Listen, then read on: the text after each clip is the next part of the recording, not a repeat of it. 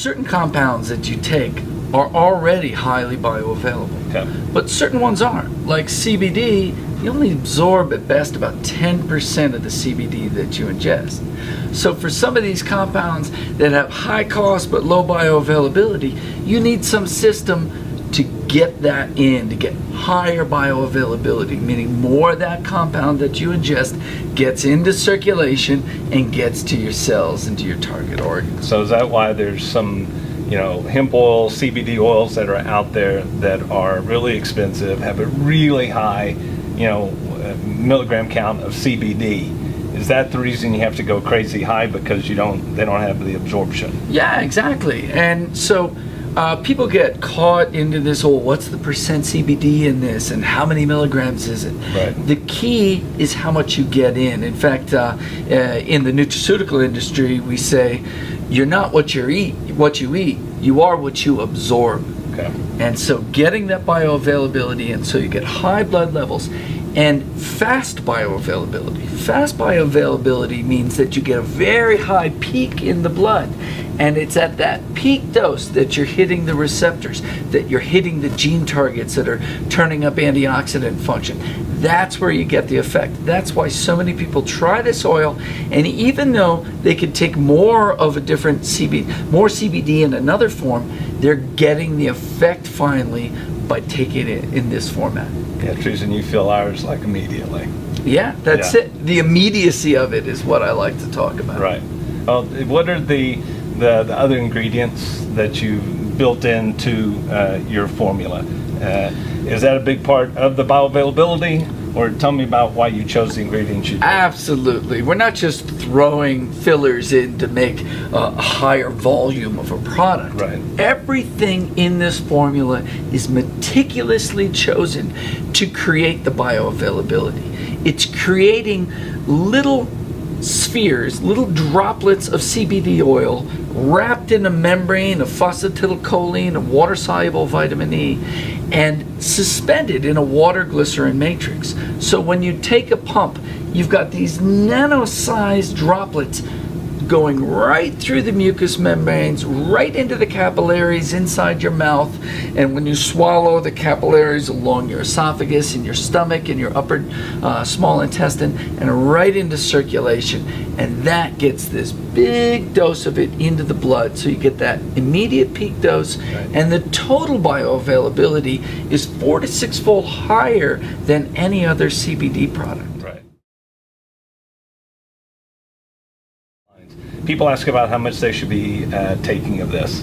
I take a ton of it every day. But for like a normal person, give us the guidelines. That's the beauty of this. There's no overdosing. The more the better in most circumstances. But you'll get a good effect on your life from even 2 pumps a day if you have to do that little. And we were talking about that high, quick bioavailability, that peak dose, which is very important.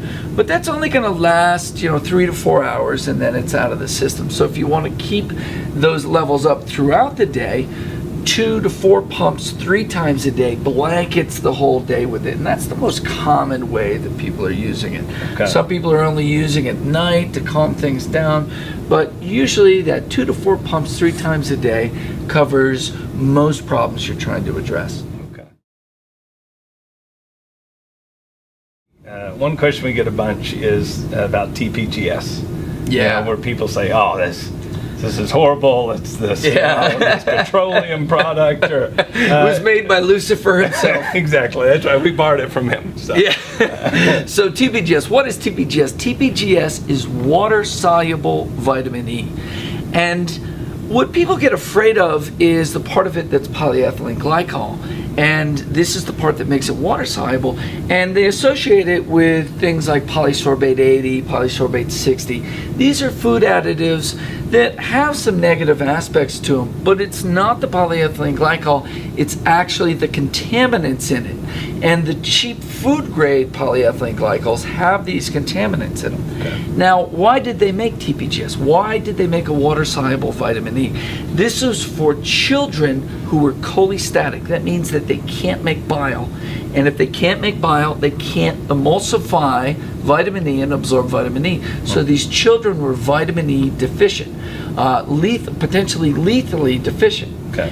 They had to make something that they could take very large amounts of over a long period of time. In fact, they were taking 2 to 6 grams of TPGS per day for up to 2 years to replete their vitamin E stores. Wow.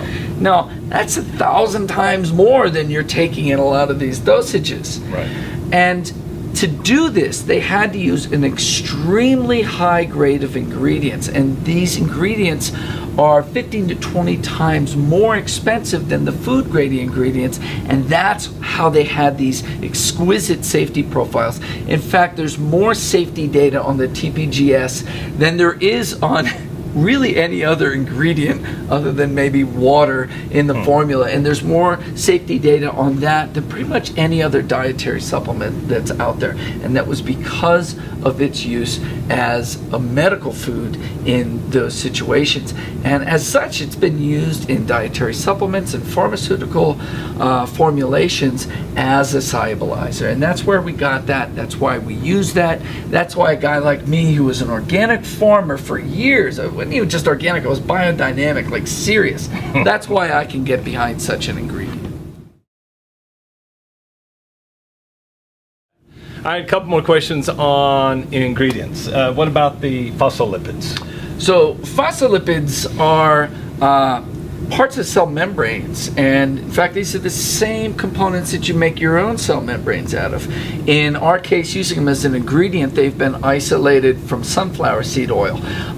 In oil refining, there's what's called lecithin, which is about 15 to 20% phosphatidylcholine, and that gets refined upward until we have a product that's about 95% pure phosphatidylcholine, and that's the basis of our delivery system. That's the core of the membrane, or the core ingredient in the membrane that's wrapping around these little nano droplets of CBD oil. And the beauty of that is the delivery device itself is a great nutrient. In fact, we use just pure phosphatidylcholine all the time for liver health, for brain health, for building all the membranes in your body, and building membranous organelles like mitochondria, which are just built out of phospholipids, and they drive all the reactions in the cell. So here you have a carrier that's creating the bioavailability, right, but it's a nutrient in its own. Okay. Is it tough to work with the molecule? Is it tough to work with CBD? It's tough to work with everything that we do, and that's our expertise has put us ahead of the rest of the competition because we've learned how to use all of these things together. A lot of people think that, oh, I just put some phospholipids and some MCT and some CBD together and I'll have a liposome or a hydrosome, or they make up some other word like they made up the word hydrosome. Right. And we've looked at these products and they're inherently unstable. You put them in a centrifuge, they break into all these different layers, and all they really are is mixtures. They may give a little bump in bioavailability, but it's really small. You really need the expertise to create these distinct, discrete particles in a totally stable system that's stable for years in order to get reproducible, effective increases in bioavailability. So there's no one else really in the world doing nano-emulsified oil at this point? No, not commercially. There might be a couple of guys in the universities in Israel who know how to do this, but in the commercial market, there is nobody who knows how to do this except us.